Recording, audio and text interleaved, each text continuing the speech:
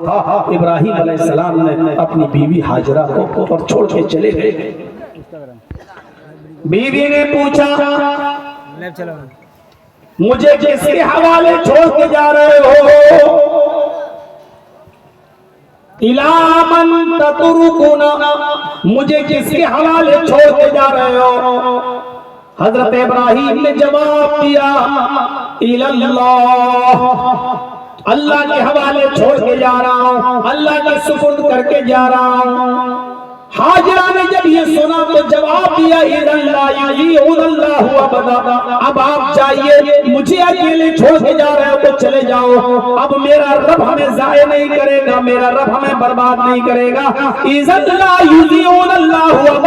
अब हमारा रब हमको हरगिज़ जाया और बर्बाद नहीं करेगा। कितना भरोसा था अल्लाह की ज़ात के ऊपर। एक दिन गुजर गया जो सत्तू पे खा लिया, सत्तू खत्म हो गया, पानी खत्म हो गया, छोटा बच्चा प्यासा है इस्माइल, मैं 2-4 दिन बगैर पानी के जिंदा रह सकता हूँ, बच्चा कैसे जिंदा रहेगा? दूर तक पानी का पता नहीं, कोई काफिला नजर आ जाए उससे पानी ले लूं, लेकिन पानी का पता नहीं।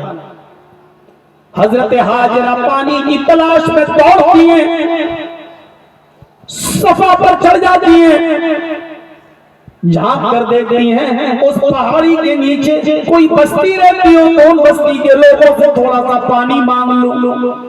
लेकिन उस पहाड़ी से झांकती हैं तो कोई बस्ती आबाद नहीं।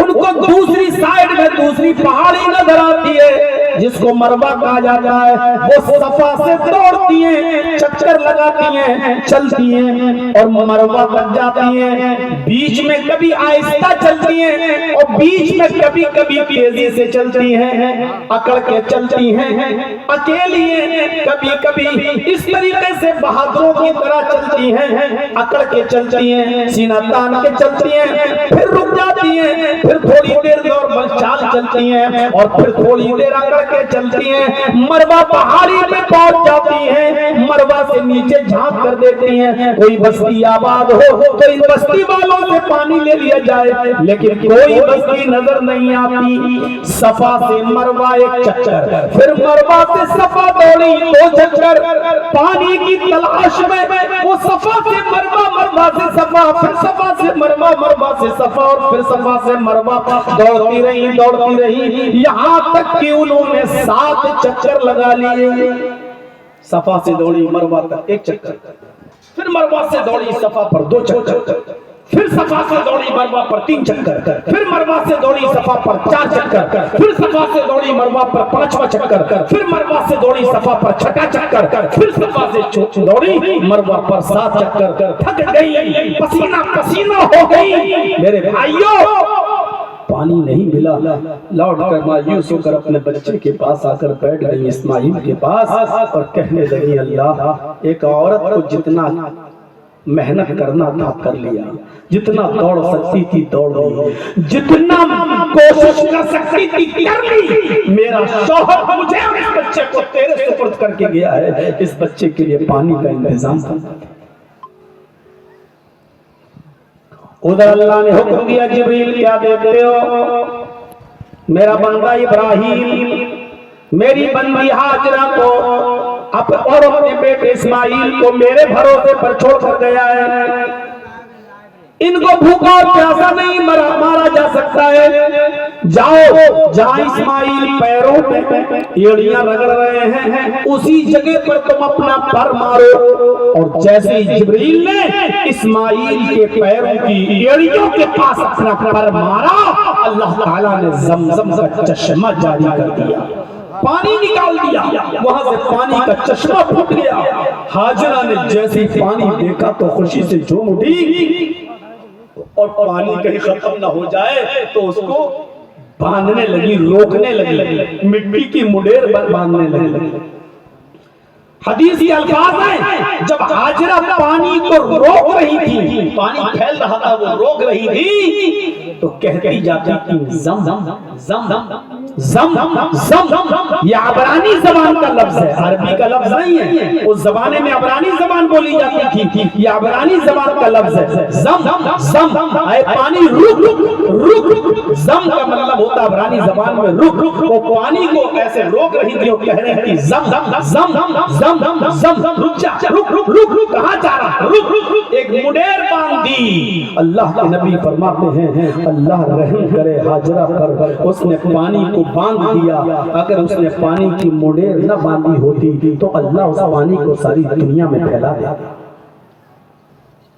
और अगर पानी सारी दुनिया में फैल जाता तो उस पानी की वो इज्जत बाकी न रहती जो आज है। जो चीज आसानी से मिल जाए उसकी इज्जत नहीं होती। देख रहे हो गंगा का पानी,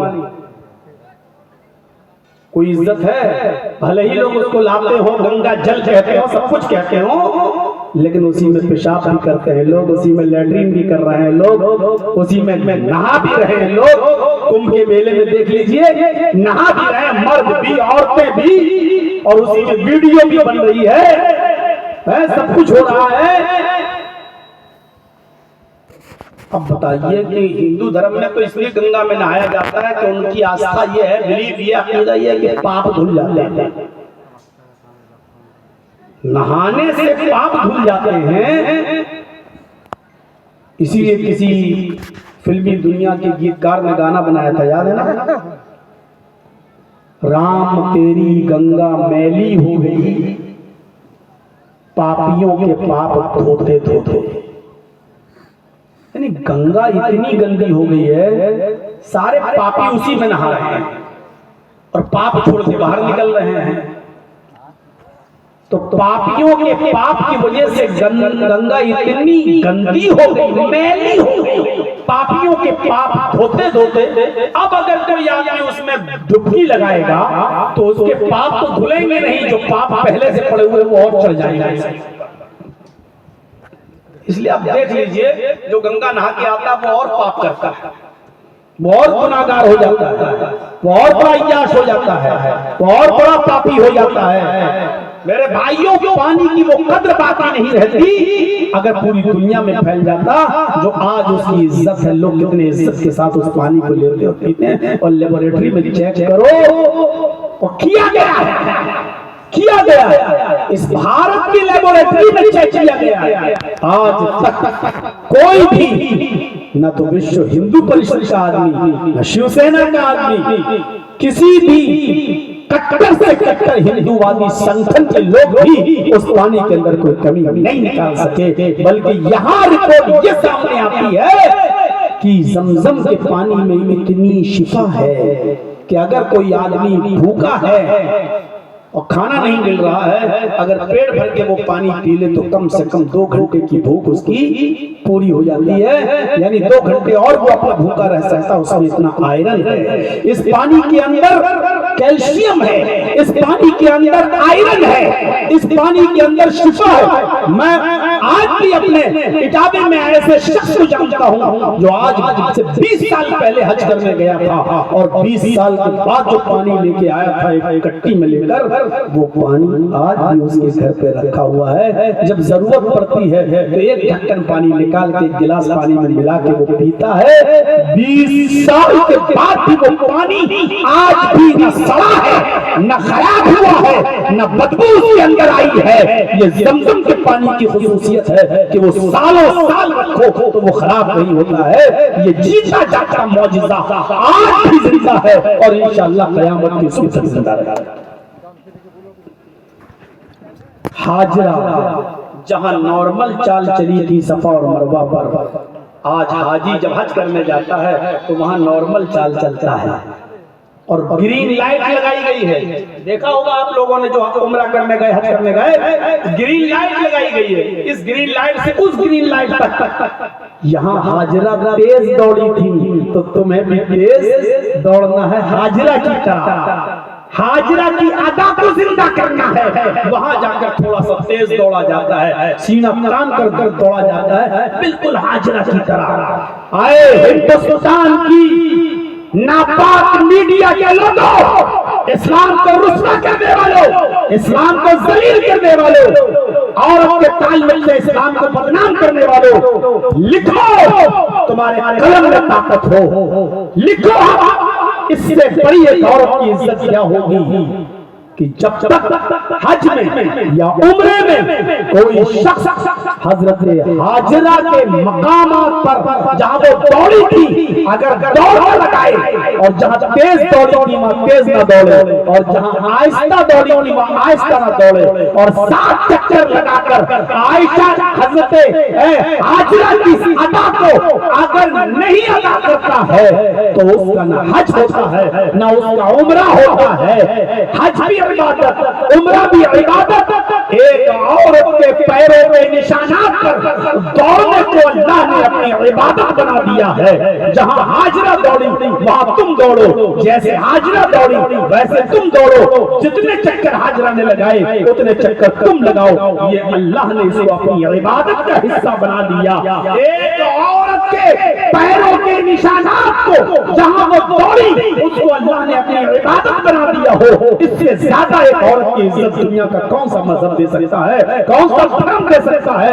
मुझे बताओ, इससे ज्यादा इज्जत दुनिया के किस मजहब ने औरत को दी है कि हाजिरा जहां दौड़ी हो अल्लाह ने कह दिया तुम्हें भी वहां दौड़ना पड़ेगा, अगर नहीं दौड़ोगे तो हज नहीं होगा। हाजिरा जहां तेज दौड़ी वहां तुम्हें भी तेज दौड़ना पड़ेगा, अगर नहीं दौड़े तो तुम्हारा उम्रा नहीं होगा, तुम्हारा हज नहीं होगा। मेरे भाइयों, एक औरत के नक्शे पाक को अपनी इबादत का हिस्सा बना दिया, इससे बड़ी एक औरत की इज्जत किस मसले में मिल सकती है? ये और औरत की 4 हैसियतें होती हैं, 4 हैसियतें। औरत माँ होती है, औरत बहन होती है, औरत बेटी होती है, औरत बीवी होती है।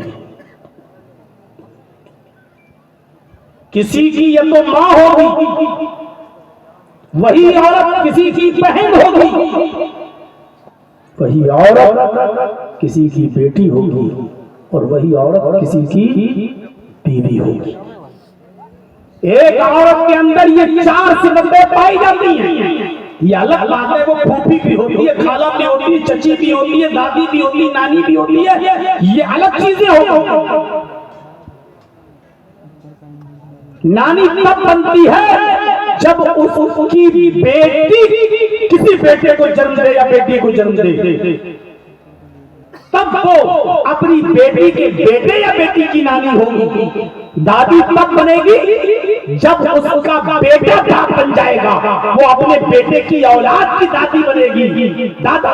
लेकिन माँ अपने बच्चा पैदा हुआ माँ बन गई, किसी की बहन नहीं है, किसी की बेटी भी है वो, और शादी हो गई तो किसी की बीवी भी है। अब सोचिए, इन 4 हैसियतों को सामने रखिए और चारों को देखिए। अल्लाह रब्बुल आलमीन ने औरत को चारों हैसियत से कितना मुमताज किया है, कितना आला दर्जा दिया है। माँ है तो क्या मकाम दिया, माँ है तो एक औरत को क्या मकाम दिया जानते हो? अल्लाह के नबी जनाब मोहम्मद रसूलुल्लाह सल्लल्लाहु अलैहि वसल्लम से पूछा गया, अल्लाह के नबी मेरे बाप भी हैं माँ भी है, इन दोनों में सबसे ज्यादा मैं हुस्न सुलूक किसके साथ करूं, मैं इन दोनों में सबसे ज्यादा सेवा किसकी करूं? अल्लाह के नबी फरमाते हैं कि अपनी माँ की। उसने पूछा उसके बाद किसकी? आपने फरमाया अपनी माँ की। उसके बाद उसने पूछा अल्लाह के नबी उसके बाद किसकी? आपने फरमाया अपने माँ की। फिर पूछा अल्लाह के नबी उसके बाद किसकी? आपने फरमाया अपने बाप की। पूछने वाला बार बार पूछ रहा है, माँ और बाप में से मैं सबसे ज्यादा किसकी खिदमत करूं? कहा माँ की। फिर पूछा उसके बाद किसकी? कहा माँ की। फिर किसकी? कहा माँ की। फिर पूछा फिर किसकी? कहा अपने बाप। यानी बाप से 3 गुना ज्यादा माँ की। क्यों? पेट में रखा है 9 महीने, किस तरीके से उसने तुम्हें रखा है, किस तरीके से पाला है, किस तरीके से तुम्हारी हिफाजत की है। वो किसी चोट से बचती थी कि मेरे पेट पे कोई मार न दे, अगर मार दिया तो तुम्हें तकलीफ होगी, मेरी औलाद को तकलीफ होगी। सोते वक्त भी वो ख्याल रखती थी कि मेरे पेट के इस बच्चे को तकलीफ ना हो। 9 महीने तक वो इस बोझ को उठाती थी, खाना बना रही है तो बोझ उठाकर, कपड़ा धुल रही है बोझ उठाकर, झाड़ू लगा रही है तो इस बोझ को अपने पेट में रख के फरमाया माँ, ये नहीं कहा कि बाप की खिदमत न करो, लेकिन ये कहा कि माँ उसकी ज्यादा मुस्तहिक है। लोग बयान करते हैं और कहते भी हैं, लेकिन ये कोई सही हदीस नहीं है।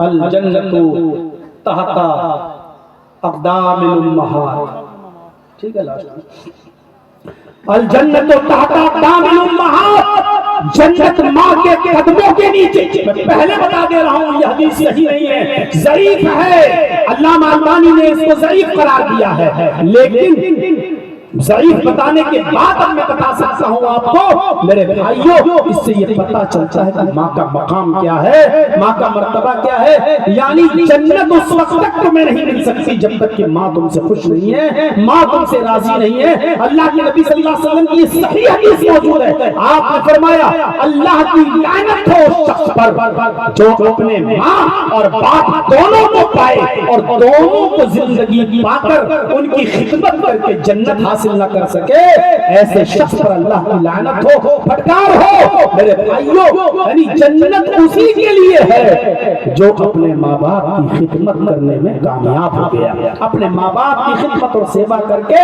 अगर वो जन्नत नहीं पा सका तो उससे बड़ा बदनसीब शख्स कोई नहीं। मैं अक्सर बयान करता हूँ, माँ बड़ी अजीब चीज होती है, अपनी औलाद की तकलीफ नहीं देख सकती, अपनी औलाद की तकलीफ नहीं देख सकती है। और किसी ने अफसाना लिखा है, कोई दलील न पूछना हमसे, कि एक आशिक था, उसको अपनी किसी माशूका से बहुत प्यार था। एक तरफा ये करता था, वो नहीं करती थी। एक दिन उसने कह दिया कि तुम मुझे बहुत चाहते हो, कहा कि बस दिल चीर के नहीं दिखा सकता।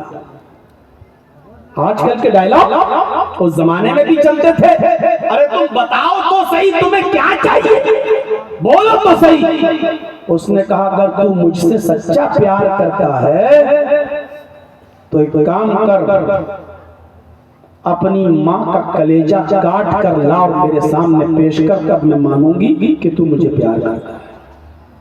माँ अपने बच्चे से बहुत प्यार करती थी। ये देर से जाता था तो माँ डांटती थी, बेटा तेरे इंतजार में मैं घर में बैठी रहती हूँ, जब तक तू आ नहीं जाता मुझे नींद नहीं आती, तू रोजाना रात में देर से क्यों आता हूँ।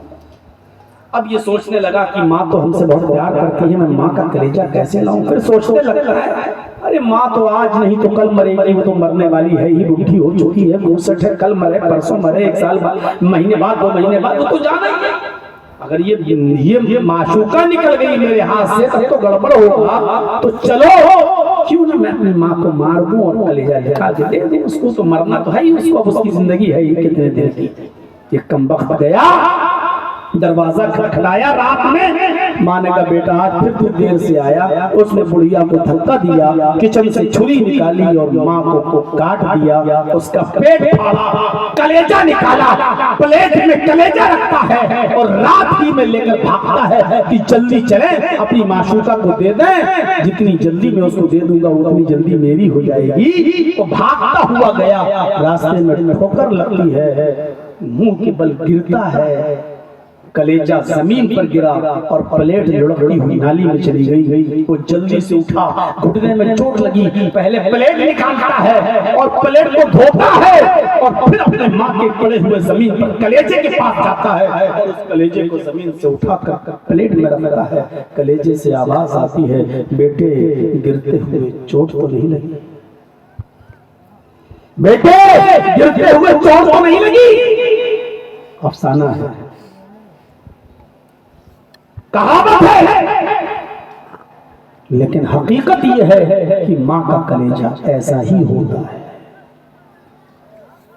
तुम लाख माँ को सताओ, लेकिन जब माँ ये देखती है कि मेरे बेटे को तकलीफ पहुंची है तो तड़प जाती है, तरस जाती है।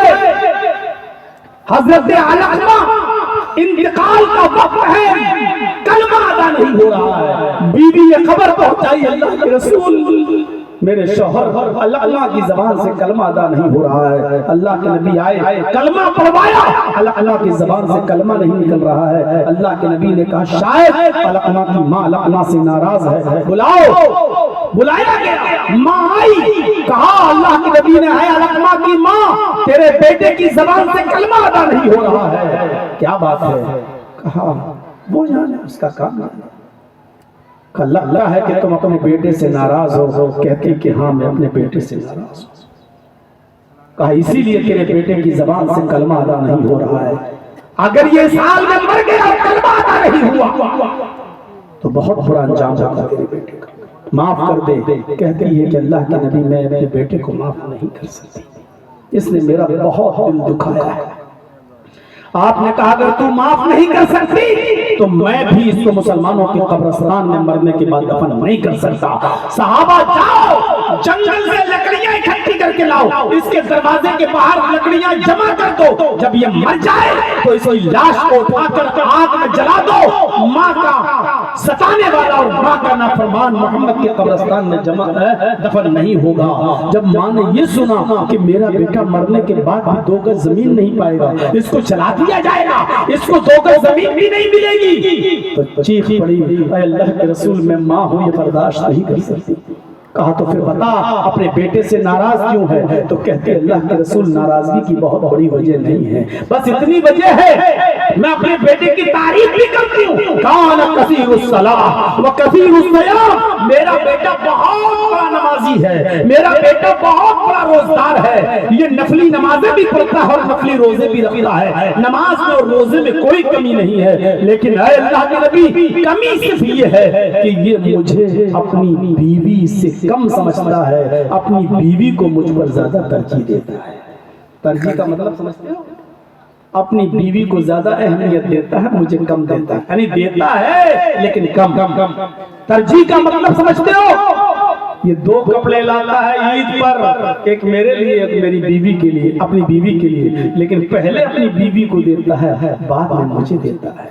ये बाहर से आता है खाने के लिए, पहले अपनी बीवी को पूछता है, बाद में मुझे पूछता है। यानी जो भी काम करता है पहले बीवी का ख्याल करता है, बाद में मेरा। यानी ख्याल तो करता है लेकिन बीवी के बाद मुझे ये इंसल्ट लगती है अपनी, ये जलील करता है मुझे अपनी बीवी के सामने। अल्लाह के रसूल अपनी बीवी को ज्यादा तरजीह देता है। यहाँ पर भी कितने ऐसे बैठे होंगे जो गुलाम होंगे अपनी बीवियों के, यहीं पर बैठे होंगे जो अपनी माँ को कम अहमियत देते होंगे और अपनी औरतों को ज्यादा अहमियत देते होंगे, अपनी बीवियों को ज्यादा। हो सकता है कि मेरी ये तकरीर आज हमारी औरतों को, माँ बहनों को बुरी लग रही हो कि लो ये तो और भड़का देगा, अब तो मेरा आदमी तकरीर के बाद आएगा, अब तो अपनी अम्मा को ज्यादा समझेगा, हमें अहमियत कम, हमारी अहमियत कम कर देगा।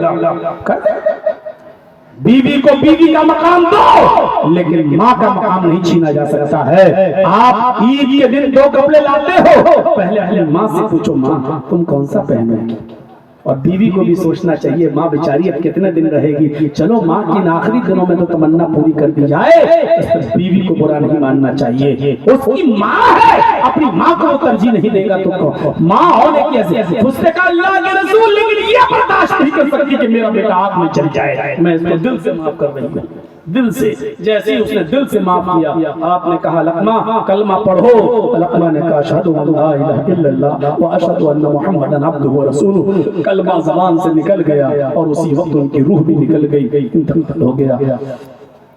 कलमा पढ़े बगैर अगर जाते तो क्या होता, और कलमा अदा हो गया। मन कान आखिरु कलामिही ला इलाहा इल्लल्लाह दखलल जन्नह, जिसकी ज़बान से आखिरी जुमला ला इलाहा इल्लल्लाह निकला और फिर वो मर गया तो वो जन्नती है। ये अल्लाह के रसूल की हदीस बुखारी की रिवायत है। ये है माँ का मकाम, ये है माँ का दर्जा। एक सहाबी अपनी बूढ़ी माँ को अपने पीठ पर लाद कर तवाफ करा रहे हैं खाने काबा का, आंखों से अंधी है, पैरों से लंगड़ी है, बूढ़ी है, तवाफ करा रहे हैं। और 7 चक्कर लगाने के बाद हजरत उमर फारूक पर नजर पड़ी तो हजरत उमर फारूक कहते हैं माशाअल्लाह अपनी माँ की इतनी खिदमत करते हो, अल्लाह तुम्हें जज़ाए खैर दे। कहा अल्लाह के अमीरुल मोमिनीन, हाय उमर फारूक मेरी माँ आंखों से अंधी है, मेरी माँ दांत उसके मुंह में नहीं है, मेरी माँ हाथों से कोड़ी है, मैं अपने हाथ से रोटी बनाता हूँ और अपने हाथ से अपनी माँ को खिलाता हूँ। जब चबा नहीं पाती है तो मैं अपने मुंह से चबाता हूँ, फिर वो लुक़मा अपने माँ के मुंह में डालता हूँ। अमीरुल मोमिनीन, मेरी माँ पेशाब और पायखाना करती है, धो नहीं पाती है क्योंकि हाथों से कोड़ी है, मैं उसके कपड़े भी साफ करता हूँ और मैं उसकी लैट्रिन और गंदगी भी साफ करता हूँ। अमीरुल मोमिनीन, उसने कहा कि मैं उम्रा करना चाहती हूँ। मैंने कहा माँ तुम देख नहीं पाती हो। कहा बेटे तेरी पीठ पर सवार होकर तो मैं सफा मैं उम्रा मैं तवाफ कर लूंगी। मैं अपनी माँ की ख्वाहिश पूरा करते हुए लाया, अपनी पीठ पर लाद कर मैंने उसको तवाफ कराया, सफा मरवा की सही कराई। क्या मैंने तब भी अपनी माँ का हक अदा नहीं किया? अब तो माँ का हक अदा हो गया, क्या अभी भी मैंने अपनी माँ का हक अदा नहीं किया? हजरत उमर हंसने लगे और कहने लगे हक अदा करने की बात पूछते हो? तेरी माँ जब तुझे जन्म रही थी, तेरी माँ जब तुझे पैदा कर रही थी, अपने अपने पेट से तुझे जब बाहर ला रही थी, उस वक्त उसको जो दर्द हो रहा था, जो तकलीफ हो रही थी, और दर्द में तकलीफ में उसने जो पहली आवाज निकाली, उस तकलीफ का कि पहली आवाज तो तेरी माँ के मुंह से निकली, अभी तो तूने अपने माँ की उस पहली आह का भी हक अदा नहीं किया, उसकी पूरी जिंदगी का क्या हक अदा करेगा? ये है माँ का मकाम। तो अगर माँ है कोई औरत तो ये दर्जा दिया है मोहम्मद रसूलुल्लाह सल्लल्लाहु अलैहि वसल्लम। माँ की हैसियत देखिए। अब अगर बहन है, बहन तो दर्जा दिया।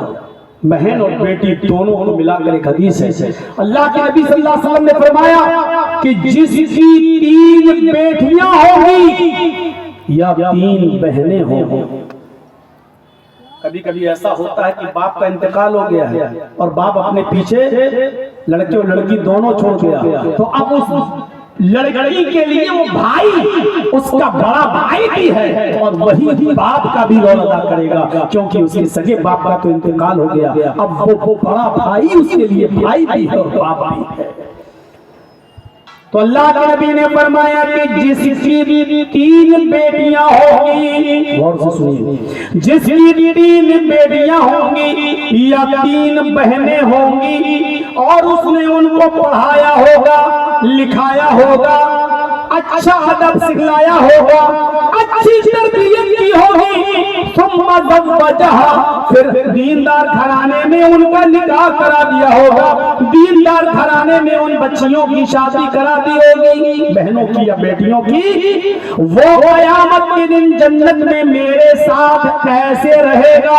अल्लाह के नबी फरमाते हैं वो जन्नत में क़यामत के दिन मेरे साथ ऐसे रहेगा जैसे ये दोनों उंगलियां आपस में मिली हुई हैं, यानी वो मेरा पड़ोसी बनकर रहेगा।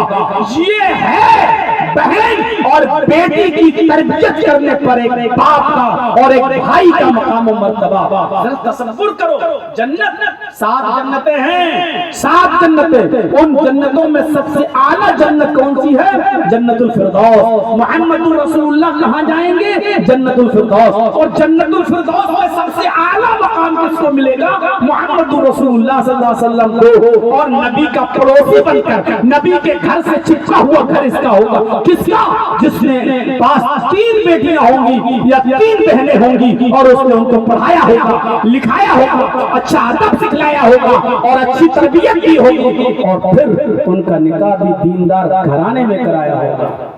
हमने अपनी बेटी को आलिमा तो बना लिया, मदरसे में पढ़ा के मौलवन तो बना लिया, आलिमा बन गई, लेकिन बेटी के रिश्ते के लिए लड़का देख रहे छिछोरा,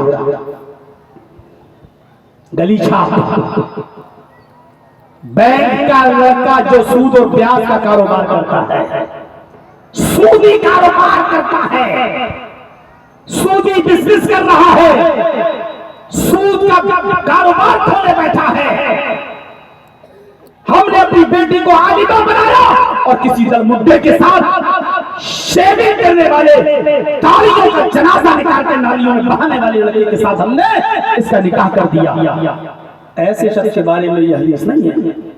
छोटे बच्चों के साथ शादी कर दी, उनके बारे में नहीं। तो मतलब वजह अच्छे घराने में, दीनदार घराने में उनकी शादी कर दी। ये शख्स जन्नत में मेरे साथ ऐसे रहेगा।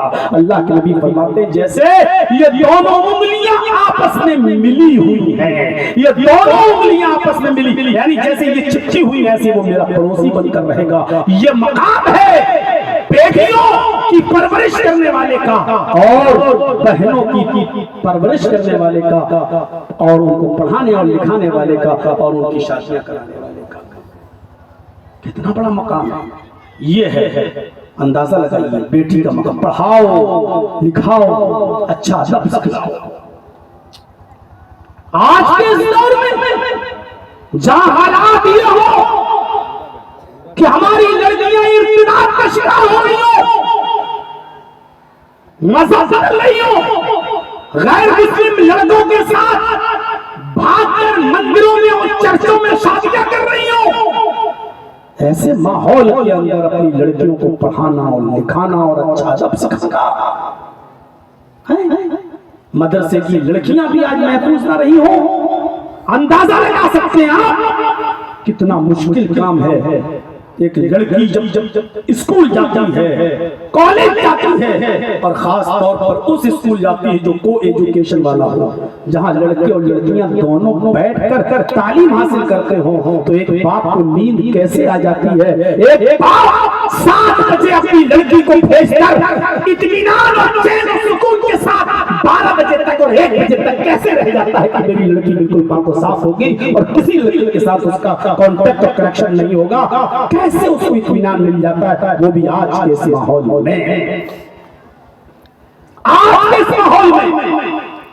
लेकिन ऐसी लड़कियां भी मौजूद हैं मेरे भाइयों जिन्होंने डॉक्टरी की डिग्री ले ली, MBBS कर लिया, सरकारी नौकरी भी लग गई, नियुक्ति भी हो गई। और नियुक्ति के लिए देखिए अभी बिहार के अंदर पटना में चीफ मिनिस्टर ने उसको बुलाया, नियुक्ति लेटर दिया, लेकिन हिजाब भी खींच लिया। एक अंग्रेजी माहौल में पड़ी हुई लड़की, इंग्लिश माहौल में पड़ी हुई लड़की और हिजाब के साथ चीफ मिनिस्टर के सामने जा रही है।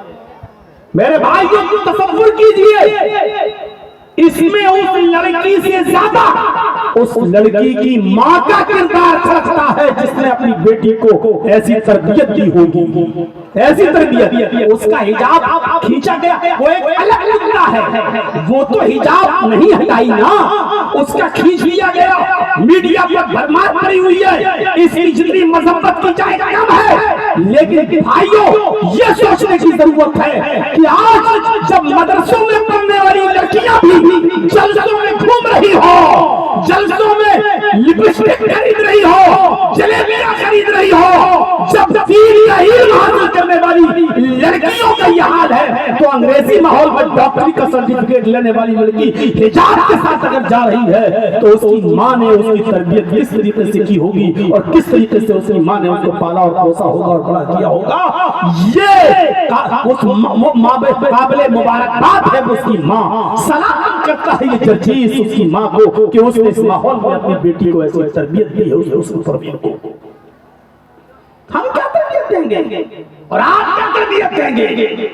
जलसों में भी अपनी मोटरसाइकिल पर अपनी सालियों को बिठा के लाने वालों, ससुराल से अपनी भाभी को अपने घर तक लाने वालों, तुमसे क्या उम्मीद रखी जाएगी? बेगैरती का तमाशा बना दिया। तुम बात करते हो उसकी सगी भाभी हो और भाई की इजाजत के बावजूद अपने तेवर के साथ वो नहीं आ सकती। जर्जीस साहब अगर अपने छोटे भाई से कहते हैं जाओ भाभी को घर से ले आओ, मोटरसाइकिल ले जाओ बिठा कर लाओ, मेरी इजाजत के बावजूद भी मेरी बीवी का मेरे छोटे भाई के साथ अकेले मोटरसाइकिल पर बैठकर आना या उसके साथ कहीं जाना हराम है इस्लाम की दृष्टि से। इसको दुनिया का कोई मौलवी हलाल नहीं कह सकता। और इसी तरीके से मेरी बीवी बैठी है, हम दोनों खाना खा रहे हैं और साली आ जाए बीवी की बहन और वो भी बुला ले जरा तुम भी खा लो मेरे साथ खाना। अपनी बीवी के पास बैठकर भी साली के साथ खाना नहीं खाया जा सकता है, जायज नहीं है। अगरचे बीवी कह रही है, लेकिन इसके बावजूद नहीं, बीवी के हिसाब से इस्लाम थोड़ी चलेगा। इस्लाम फातिमा के बाप जनाबे मोहम्मद रसूलुल्लाह के हिसाब से चलेगा। बीवी इजाजत देनी खा लो, नहीं चलेगा। जर्जीस साहब का हक है, अगर साली आ गई है तो उठ के चला जाए, या साली का हक है कि जर्जीस को देख रही है और उसको खुद ही चली जाए और हमसे पर्दा करे। क्यों? क्योंकि बीवी के इंतकाल के बाद साली के साथ निकाह जायज हो जाता है। मेरे भाई, दो सगी बहनों को एक साथ नहीं रख सकते हैं, लेकिन एक के मरने के बाद दूसरी को तो रख सकते हैं। तो जब उसके साथ निकाह जायज है तो उसके लिए पर्दा भी है। लिहाजा जब खाना नहीं खा सकते हो तो बेगैरतो, बेशर्मो, बेहयाओ अपनी साली को मोटरसाइकिल में बिठा के मेले ले जाना, नुमाइश ले जाना, इसी तरीके से स्कूल छोड़ने ले जाना, स्कूल से ले आना, जंगल में लाना और ले जाना और छोड़ देना, ये तुम है क्या? तुम्हारे बाप की शरीयत ले जा सकती है? इस बात की हराम है, हराम है, हराम है। तुम्हारा ऐसा करने से हलाल नहीं हो जाएगी। हमारी तरबियतें क्या हैं? हम क्या उम्मीदें रखते हैं तुमसे? माहौल तो हमने बिगाड़ा है, हमने। अब ये तकरीर में थोड़ा सा यूपी में कर दूं तो देख लो कैसी कुतिये चिल्लाने लगेंगी। मैं कुतिया किसको कह रहा हूं आप समझ रहे हैं अच्छी तरीके से। ऐसे भौंकेंगी जैसे हमने जानवरों वाला इंजेक्शन उनके पीछे लगा दिया, ऐसे चीखेंगी वो। फिर मौलवी देखो औरतों के खिलाफ कितना बोल रहा है। हम औरतों के खिलाफ कहां बोल रहे हैं? हम तो ये बता रहे हैं कि जो इज्जत इस्लाम ने औरत को दी है उसका तुम 10वां हिस्सा भी दिखला दो अपने यहाँ। कहां है? औरत बेटी और बहन होने की हैसियत से ये दर्जा रखती है, माँ होने की हैसियत से वो दर्जा रखती है जो बता चुका, और बीवी होने की हैसियत से, बीवी होने की हैसियत से सोच लीजिए।